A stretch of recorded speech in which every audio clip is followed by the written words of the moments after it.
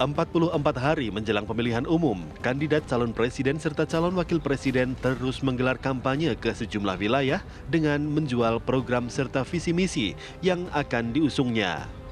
Ketiga pasang kandidat Capres-Cawapres ini juga tengah mempersiapkan diri untuk mengikuti debat Capres yang akan digelar pada Minggu 7 Januari mendatang.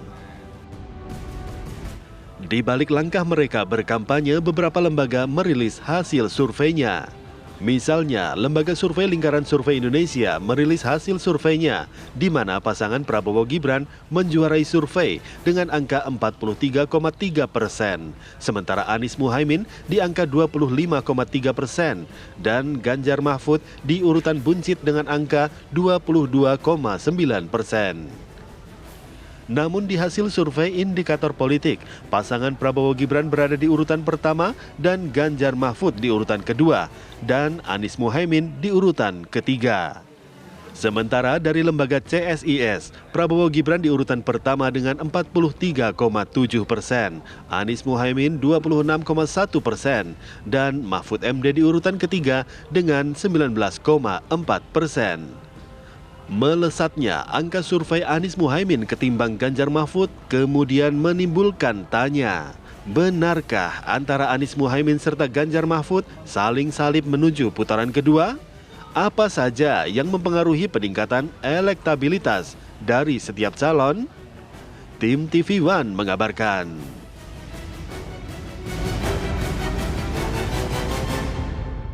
Anda sudah lihat tadi pada bulan Desember di bulan terakhir di 2023, beberapa lembaga survei melakukan survei dan juga langsung merilisnya. Anda juga sudah lihat hasilnya. Bagaimana kemudian pasangan nomor 02 ini stabil ada di puncak menurut beberapa lembaga survei, sekali lagi saya umumkan.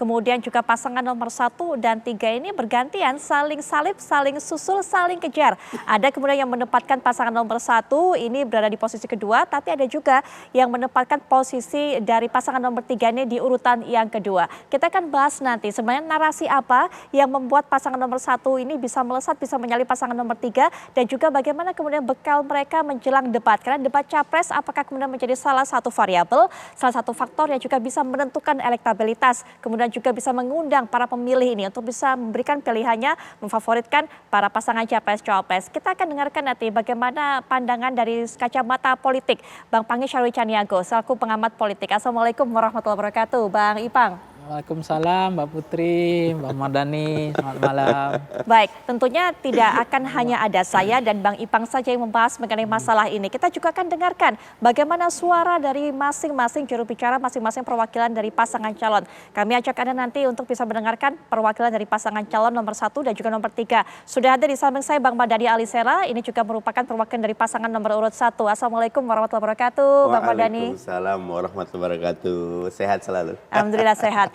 Dan juga sudah bergabung secara daring Bang Deddy Sitorus yang juga mewakili pasangan nomor 3, yaitu Pak Ganjar dan juga Prof. Mahfud. Assalamualaikum, selamat malam Bang Deddy. Ya, Assalamualaikum, salam dari Tarakan, Gaspol. Oke, Bang Deddy, terima kasih sudah meluangkan waktunya, walaupun sedang ada kegiatan di luar kota. Tapi, Bang Deddy, gimana pandangannya melihat hasil survei dari lembaga survei ini beberapa kemudian memperlihatkan angka elektabilitas dari pasangan nomor 3 ini kemudian ada yang melorot, ada yang jatuh, bahkan disalip oleh pasangan nomor 1, Bang Deddy? Ya kan belakangan ini ada dua narasi yang kencang dimainkan ya. Pertama bahwa satu putaran. Yang kedua Mas Ganjar melorot gitu kan. Jadi bagi kita sih ya terserahlah. Tapi yang pasti yang survei yang ada pada kita pemilu 2 putaran dan Ganjar Mahfud ada di sana. Saya kira itu aja pegangan kami karena sekarang kan kita susah menilai pertama apakah lembaga survei itu tidak bagian dari engineering narasi atau kolomnya udah becek gitu. Jadi ya terserahlah masing-masing ya, karena kita lihat saja nanti akhirnya bagaimana kalau menurut kami, karena kami juga tidak mau dibilang wah kalau survei jelek itu nggak percaya, kalau survei bagus percaya, monggo silakan gitu ya. Tapi kami sangat meyakini berdasarkan survei yang kami buat dan beberapa lembaga yang kami minta untuk tidak merilis itu Ganjar Mahfud pasti ya, tidak ada yang pasti ya, tapi ada di putaran kedua, itu aja. Bang, tapi kenapa sih Bang ada yang meniupkan narasi satu putaran, apa dampaknya dan juga apa efeknya untuk pasangan nomor 3 ini Bang Deddy? Ya kan begini, mungkin ada pihak yang merasa jauh lebih sulit ya ketika kalau Mas Ganjar Mahfud yang masuk ke putaran kedua gitu ya. Itu yang saya kira ingin ya, didorong supaya pasangan Ganjar Mahfud ini pendukungnya jadi nggak percaya diri, udah kayaknya kalah, mending ke lain hati, atau ya udah nggak usah nyoblos. Ini kan narasi jahat yang coba di-engineering oleh pihak-pihak yang berkepentingan dengan itu. Tetapi kan kita melihat sendiri bagaimana agresifnya di lapangan gitu ya. Kalau memang sudah unggul kan, kalau tidak takut sama Ganjar Mahfud, saya kira tidak ada kejadian-kejadian yang aneh-aneh di Republik ini. Semua adem ayem gitu loh, nggak perlu misalnya ada yang getol bagi-bagi sembako keliling Indonesia, itu kan cuma menunjukkan tanda-tanda insecure gitu loh kalau menurut kami, Mbak. Baik, Pak Deddy mengatakan lebih takut kalau Pak Ganjar atau pasangan nomor 3 yang maju, berarti juga melemahkan pasangan nomor 1 dong, Mbak Dhani silakan. Nggak kenapa namanya usaha kan.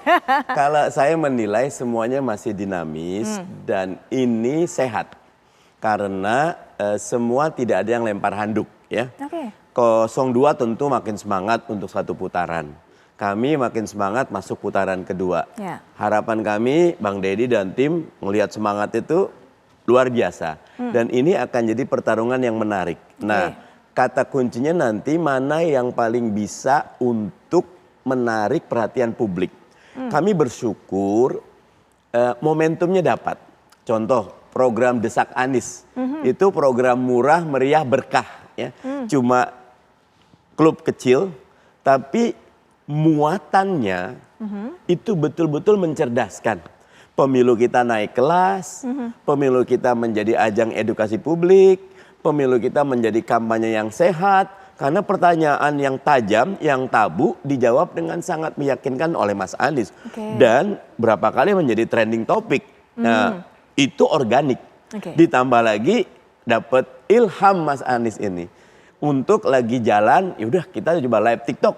Mengoperasikan TikToknya juga Mas Anies belum bisa itu loh. Nah, 10 menit tapi sampai 300.000 lebih yang ikut live TikTok live. Live itu artinya saat bersamaan ikut engage. Nanti yang setelah itunya jutaan orang yang akan rewind lagi, melihat lagi.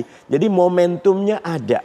Ketika bagaimanapun sekarang ini 56% pemilih kita itu Gen Z sama milenial.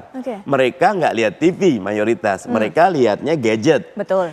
Begitu pula dengan sosial media, kami yang laporan keuangannya cuma 1 miliar memang nggak punya duit itu loh. Sehingga ini menjadi revolusi bagaimana kampanye itu menjadi murah ketika sosial media bisa menjangkau. Bahkan sampai ke kamar tidur, sampai ke ruang-ruang privat.